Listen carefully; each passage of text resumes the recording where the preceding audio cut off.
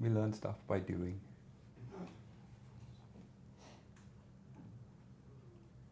Wonderful, and this is the second of these things that we're doing. So you'll notice that from last week, we've got a few more people in the room, but also we've leveled up a little bit. So hello everybody, welcome back. Thank you very much for coming in. In the room today, we've got with me again Simon Taylor. Say hey, Simon. Hey, Simon. We've got Jason Bates. Say hey, Jason. Hey. And we've got Zoe. Say hello, Zoe. Hey, yeah. So what we're going to do, same format as last week, we're going to answer some of the questions that we've had through Fintech Insider News. There's been some really, really interesting things come through, and keep those questions coming. The more questions you keep asking, the more we'll definitely be coming back and doing these things. The one last week was viewed, I think it was over 27 hours of view time, the little thing that we put out last week. Is that your mum, though?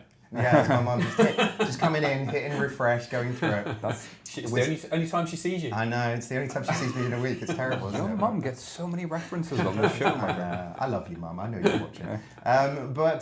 So why don't we get into it? Let's see what we've got up first. So, Zoe, what was up with the first question?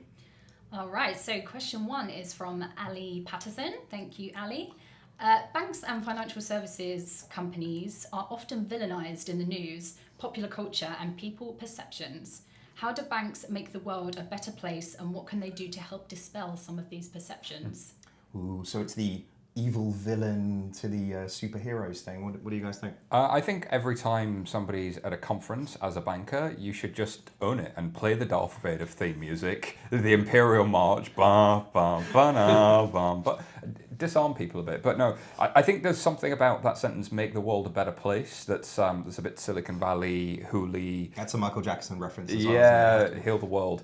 But it's about social responsibility. It's about, are you doing the right things for your customers beyond the CSR? Are you doing the right things in your product? Are you doing the right things in every interaction? And how do you prove that? And it's hard to change those perceptions, because as a senior executive, there's only so much you can do. As a 100,000 person organization, changing culture is hard.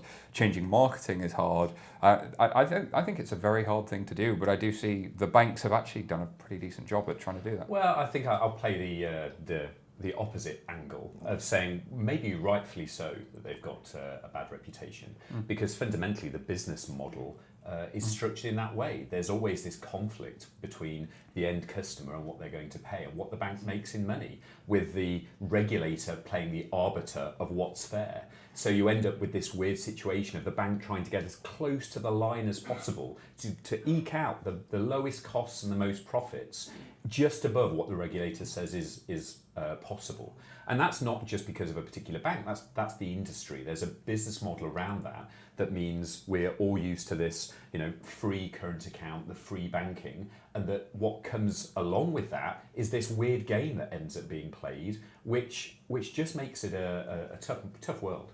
Oh yeah, I think it is an interesting dynamic, and like you say, I think there's a real mix of the sort of evil 2008 banking crash kind of perception going on, isn't there? But I think if you go broader of even into business banking, banks are supporting small enterprises becoming a real thing. It's materially sort of changing the GDP of nations. It's pushing forwards the economies of countries, not just here in the UK, but much further. So I think while I don't think companies are purely about an individual. There's bad people who work at any company, I'm sure. There's good people who work at any companies as well. So I think this perception that all bankers are evil and all, it's like the idea that quite binary, isn't it? Yeah, it's not that all fintechs are good and all bankers are evil. I think there's just, to your point, there's sometimes a misalignment of incentives that actually just lead to the behaviours that, are not what people would want, How much of this is the ecosystem surrounding banks as well? You think about a bank's shareholders. What do they want from a bank? Do they want growth? Do they want new products? No, they want yield. They want just pay a dividend every quarter and cut cost out of your organization. Don't surprise me. Give me yield. That's what the big shareholders, the big asset managers want from banks. So the executive committee is kind of hamstring into how far into the future it can think and how much of its culture it can change. So how much then underneath that can change that's not tactical and that's strategic, and how does a bank actually go about changing that culture, I think is an interesting set of questions. I think to Ali's point, what can banks do to actually dispel this? Well, it's, we talk about, do things and talk about those things. the amount of announcements that we see about £1 billion going to be spent on doing a transformation. That's not how to get the public on your side, saying how much money you're spending to do a thing. Look how much money I have. Exactly, and I think the days of big announcements about investments are not the way to sort of move these things forward. I think it's do things that are materially in the favour of providing compelling services to your customer bases, and then your customer bases will be your advocates within the market. If anything, the challenger banks coming through are teaching us that your customer base need to be the advocacy group for you, not just hundreds of millions of pounds spent on marketing. I was going to say the same thing. I mean, one of the advantages of these new challenger banks of digital is that it's a slightly different setup.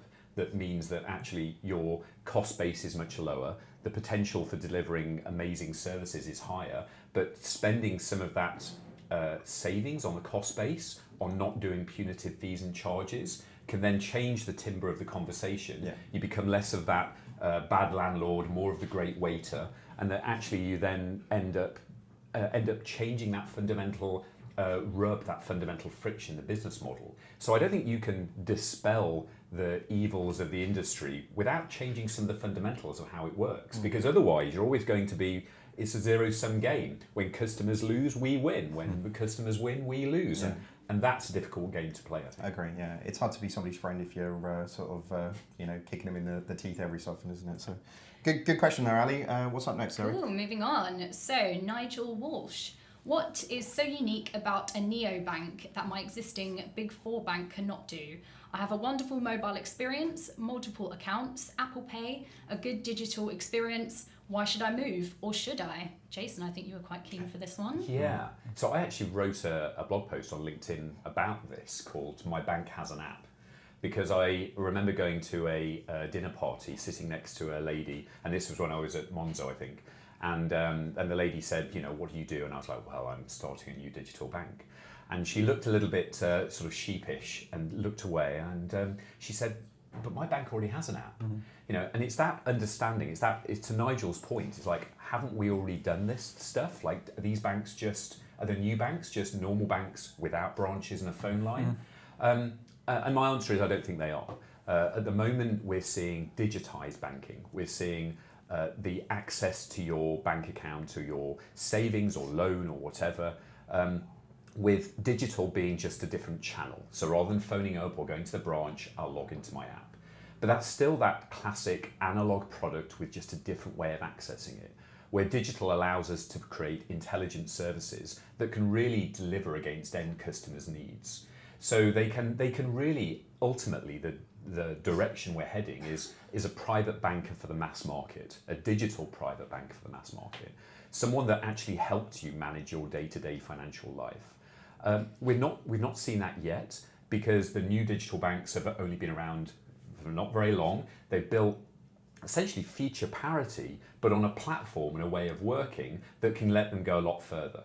So I think to Nigel's point, yes, the offerings we're seeing in the market are really just a better version of the digital experience, but there's a long way to go. And the fact that they built new core platforms that can actually take sort of information and feeds and transactions that come in, do intelligent things with them, and then spit out insightful actions for end customers, we're going to see a big growth of that. So I think we're just seeing the MVP, and that's why it's a case of, well, isn't this just like the Barclays app?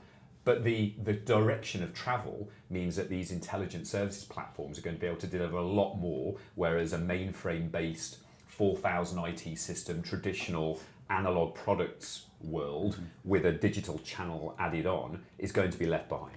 Credit to some of the traditional banks like Barclays, like a BBVA, who have, I think, added functionality really well to their apps. But to your point, I wonder how much of that is changing the nature of the relationship with the customer. About the last question, how much of it is changing the business model? How much of it is changing the emotional response and dealing with the real things I'm dealing with in my day-to-day lives. I think there's a recognition in marketing teams and product teams that we have to build customer journeys. We have to have customer journey thinking and get inside the head of the customer. But I do fear that we end up in this cargo cult situation where we've understood that in a bit of the organization, but the organization's too big to really deliver that across all of the products at scale inside of the existing apps. Whereas the quite fortunate advantage that a challenger bank has is they just solve this one problem. And actually that one problem might be a problem for somebody even if they've already got an app from their bank. So for Revolut it was travel, for Monzo it's everyday spend, for some of the others like Monese, is it? They look after students and migrants, sorry, yeah. That's how you know we're live. I can be corrected by Jason in real time. And I can replay that back time and time again. It's just my whole life. But that, I think, solving just one problem means, Nigel, just try it. Just try it. And if you don't love it, if you don't get that feeling from it, then maybe it's not for you. But I've got to say, I've tried a lot of fintech apps, and some of them give me an emotional response that I don't get from older applications. Some of them are just functionality. Some of them are a feeling, and that's hard to capture. I'm really with you on that. I think it's not. And this is the interesting thing when we've worked with a lot of banks. They try and dispel it down into a list of functionality that we could deliver. But actually, what I get from a lot of the organisations and the feeling and the meaning of the teams and the culture that they've got in place is that they really mean it. They're actually there exactly to the answer to Ali's question a minute ago. They're there to do good. And believe that, and we can feel that, and it means something different. You know, I think particularly for the sort of millennial generation, actually, the brands that they engage with, they have to have more of a alignment from a core values perspective than just being a thing that I have to have. Banking's definitely moving to be the service, not the product, like we sort of always talk about. And I think the challenger banks, through the lack of limitations through technology, are just moving to that space. So I think it's going to be a continual thing that's going to keep coming back, and whether they can scale it is going to be the challenge. Can you scale that warm fuzzy feeling is going to be the thing. But I think it's just such a fundamentally different paradigm of product and distribution to intelligent services. I was just talking to a client just before this chat. Is that why you've got a shirt on? Pretty much. Pretty much. And we were talking about payday and how actually that one salary transaction is fundamentally different from anything else that hits your current account. Whether that comes in, whether it's different from what you expect, whether it doesn't come in, or whether I'm going to save 10% of that into a savings account somewhere. It's just such a fundamentally different transaction. Yet to a traditional bank, it's just money in, it's just a BACS payment. Okay, there you go. But actually take that one example and multiply it by everything else, and suddenly you find out that all transactions aren't created equal, all pounds aren't created equal. It's that connecting with the brutal facts of customers' lives, and really, just as you say, like being there to deliver that service. I think that's where we're going. Yeah, and a George Orwell reference as well. Nice. Yeah, very good. Cool, thanks guys. Hope that was helpful, Nigel. Moving on to Nelly. Reports say thousands have been tricked into transferring 100 million to scammers in the past 6 months alone. What are the Big Four and challenger banks doing to address the fraud issue to protect consumers and merchants? Man, this is a tough one, isn't it? Because I think these things on scamming and the sort of the phishing side of things and everything, where like the amount of random phone calls and emails that I get, and some of these things look really. I've been getting one recently where I get a phone call. You've heard me talk to these people on the phone. A phone call where I'll get a survey asking me what my bank is, and I'm like, that's not a real thing. You're not a real survey. This is like trying to get more information to be able to kind of move closer to scamming people. And I think this is a really hard one because liability from a bank's perspective, where that line is drawn, is hard, right? So if somebody is willingly giving up their information and actually because the feeling that somebody has got in touch with them to say this, actually the liability is not with the bank; it's with the member of the public, the customer. And this is where we're starting to see interesting headlines coming to market. You know, we're seeing, you know, X bank won't pay back poor, you know, Granny Smith type thing, the whatever. What, the apples lady? The apples lady, yeah, no, she's very wealthy off the apples. And I kind of think the problem there is that actually it's another thing sort of fueling the whole villainization of bankers, because actually it isn't their liability, but actually they're being put in a position publicly that actually they're being sort of shown to be the bad guy. I think this is a really interesting context for things like open banking as well, because actually, you know, there's going to be a whole campaign about the distribution of credentials and, you know, allowing third parties access in terms of these things. And actually the whole liability thing, as far as I'm you know, really aware of at the moment, it still seems to be like the elephant in the room when it comes to everything that's happening with open banking and PSD2. And I fear for the banks on this one, if I'm honest with you. It feels like this is the, you know, the regulator has to be taking a very sensible approach to this, because if not, it'll be the next, you know, £1 billion that everybody's going to get fined. And it's, you know, wanting to have your cake and eat it. I want clear, transparent, instant payments whenever I like, and at the same time, I want you to be able to police and stop me from making payments. Ah, right, okay, how does that work? Yeah. So, you know, it's really tough, because we've always been able to be conned, but someone walking door to door is at a certain amount of risk. Someone sending an email out to 100 million people, you know, through a Tor, you know, onion network or something, is just it's just a different level. Yeah. So the fact that people can now be conned and scammed at such scale, it ties into this whole thing around the lack of digital identity for me, and the lack of actually, you know, the anonymity of the web, and the anonymity of digital being that I can con you from across the world, and there's no way really of you being able to tell who I am and what I'm doing. It's very hard, isn't it? And I feel for the big banks. I think I echo a lot of those sentiments, but I do wonder how the maturity of some of the approaches to dealing with fraud does differ across the industry. A lot of it is still this rules-based thing on a transactional level. So if I see a transaction coming out of the Ukraine for a large amount of jewelry from somebody that's only ever been in the UK for as long as they've had an account, probably for that type of stuff, banks have kind of figured out. It's old hat. Everybody knows it. Where I think the Digital Eagles and Barclays thing has done quite well is taking a bit of responsibility to educate your customer and to try and protect them. If you think about the relationship I think people want to have with their banks, it's like I'm outsourcing the trust of the thing that I care about the most, which is all of my material wealth and everything I've worked for my entire life, and I'm trusting you with it. And so for them to have a relationship in which suddenly it's like, oh, no, don't worry, we've not got you back on this one. That's when you start to feel let down. But you can overcome that a little bit by making it really clear in plain English what's safe, what's not safe, when am I going to communicate you, when am I not?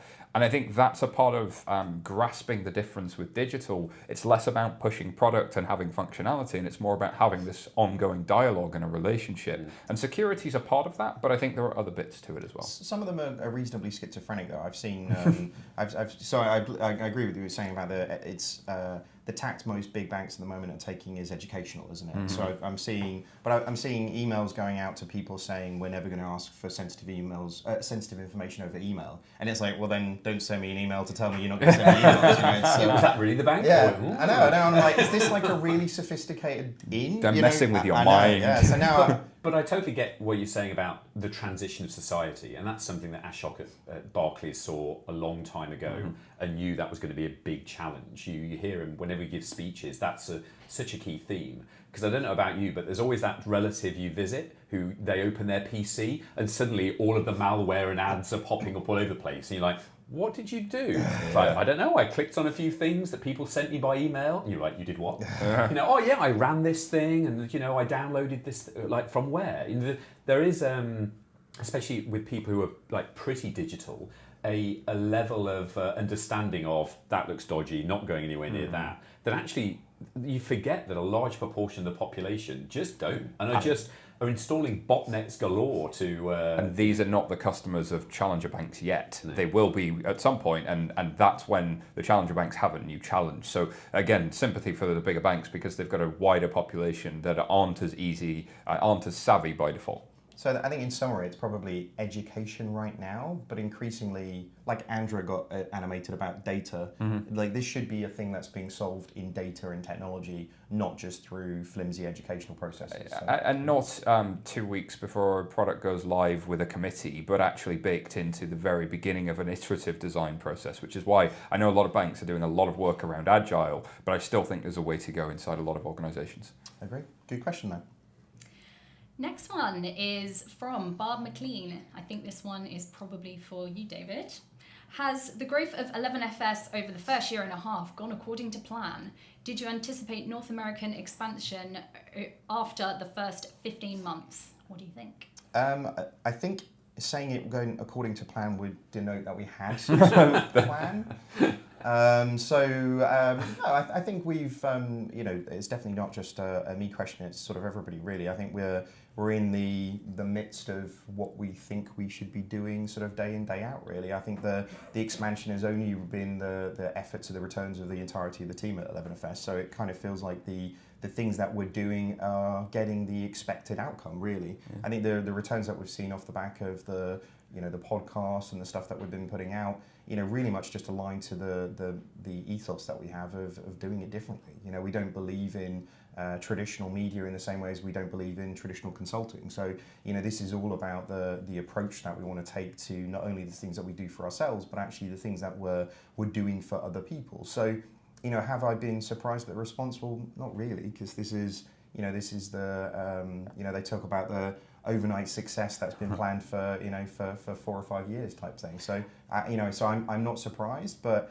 I think what I'm sort of surprised at is probably just from a team perspective, like the fact that we keep expanding out and bringing in the quality and the caliber of the people that we're doing and the response that we're getting internationally is really, really good. So, the US was always a thing because actually, the UK is great. It's a big, financial services market, but there's a lot of those globally. So, the US is the next one of them, but there's going to be many more of them. So I don't know if you guys have got anything on that. I think timing has played a massive part in our success. I mean, I'd love to say that we're amazing, right? Which we are, but but I think we just got to the point where new approaches, new paths to market, new business models, and people are getting into positions of senior executive positions who are looking to new types of players to come and work with them on rapidly developing, iterating, creating, remixing new propositions to get to market and then develop with customers. So I think we've just hit that window of an industry changing, and the supporting industries that have supported that traditionally in professional services not having changed so fast, which has really been our kind of window. And that's been going phenomenally well. I think the most, to your point, the team has been the most interesting thing for me, because there was always this view, or this question, this hypothesis when we started, as to whether startup people, successful startup people, from the big fintechs and elsewhere, what brings them to work? What brings them to work for an organisation? Is it the fun they have working with a great team in a great environment? Is it the impact they can have on potentially millions of customers? Or is it the potential for some massive multi-million pound exit because they've got some options? And it was always that third one that, look, we're in services, we're not VC funded, we're not going for that sort of massive exit. So is that third one such a big thing that's going to be a problem for us? And I think we've found that it's not, that actually a vanishingly few people have really had those massive exits that set them up for life. Yeah. And what people want is to do really impactful, meaningful work that can impact millions of customers. So to be able to develop and do new propositions for big banks, to work with a team that are really passionate and get it and really want to make it work, and not to be held back from that, has really surprised me with the caliber and the number of people we've got from Revolut and Tide and Tandem and Monzo and everywhere else. And that has almost sort of fueled the client work, which has fueled the growth, and that virtuous cycle has been amazing. So I think that's the thing that surprised me. For me, it's been the fact that if you build that culture, the talent comes. If the talent comes, you can do amazing work if you enable them. And there's something about the fact that if we need to do something for the website, or David has an idea about going live, then we can set up the... Things happen really quickly, but people look for autonomy, mastery, and purpose. I hope we can continue to do a reasonable job at that and continue to attract amazing, amazing people. So, we're hiring. And I enjoy coming to work every day, frankly. The team that are sitting out there, hello, you're amazing. And I feel fortunate to be a part of it. Mainly, I'm surprised at how much you can survive on purely caffeine for such a long period of time. And that's the thing. But yeah, really, really interesting question, Barb. Thank you very much. Cool. What an awesome team it is. We've got time for one more. So question 5 is from Rachel M. Buck. Beyond open banking and GDPR, what do you think banks will be most concerned with this year? Just the one. Personally, I think it's competition. I think I've said this for a little while now. Actually, I kind of feel like the what is good barometer is well and truly being reset this year. I think with not just in the UK, but actually European wide, out into what's happening in Australia with interesting startups, out into the US with interesting startups. So I think a 10-star bank that would have been 2-3 years ago, like a First Direct is always coming out in the UK as the number one for customer service. Well, I kind of feel like the what is good customer service gets fully shook up when actually Starling and Monzo and Revolut and TransferWise and all these guys are acting and working in a very, very different way. So I think that's going to be the most interesting thing. Does mainstream media adoption of these things start to allow people to really understand what good looks like? For me, I think the markets are always something banks at the top level are obsessed by, and we look like we're in a 1929-like bubble in the stock market. And if that does come crashing down, banks' share prices tend to move with the market, and we're in historically low interest rates.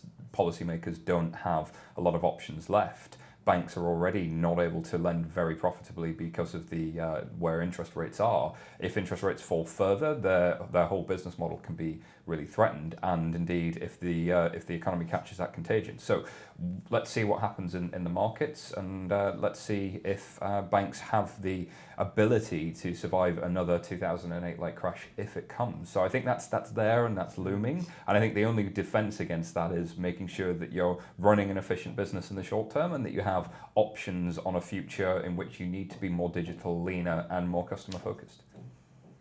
I'm not sure, for my part, that they're thinking about anything different this year than they have done all the other years. Making money, driving costs down. I'm yet to think that they've seen a Pearl Harbor. That they actually think that there's just something so massive with this digital stuff that actually they really need to ring the bell and mobilize the entire organization. I think largely it's like business as usual, driving product sales, driving customer growth, driving down costs, moving along that digital transformation journey. But I'm not sure I see that it's any different this year from any of the previous years. Well, there's some optimism and some pessimism. I guess the future will tell. But I guess that probably wraps up another one of these. If you like what you've heard, then log on to www.fintechinsidernews.com. Let us know. If you've got a question that you want to get across for next week, we'll be doing this again probably around about this time next week, guys. Does that work for you? We will see. If you've got something, kick it on there, let us know, and we'll get around to your questions. So thanks very much for tuning in, and we will speak to you soon. Cool. Thanks. Thanks, guys.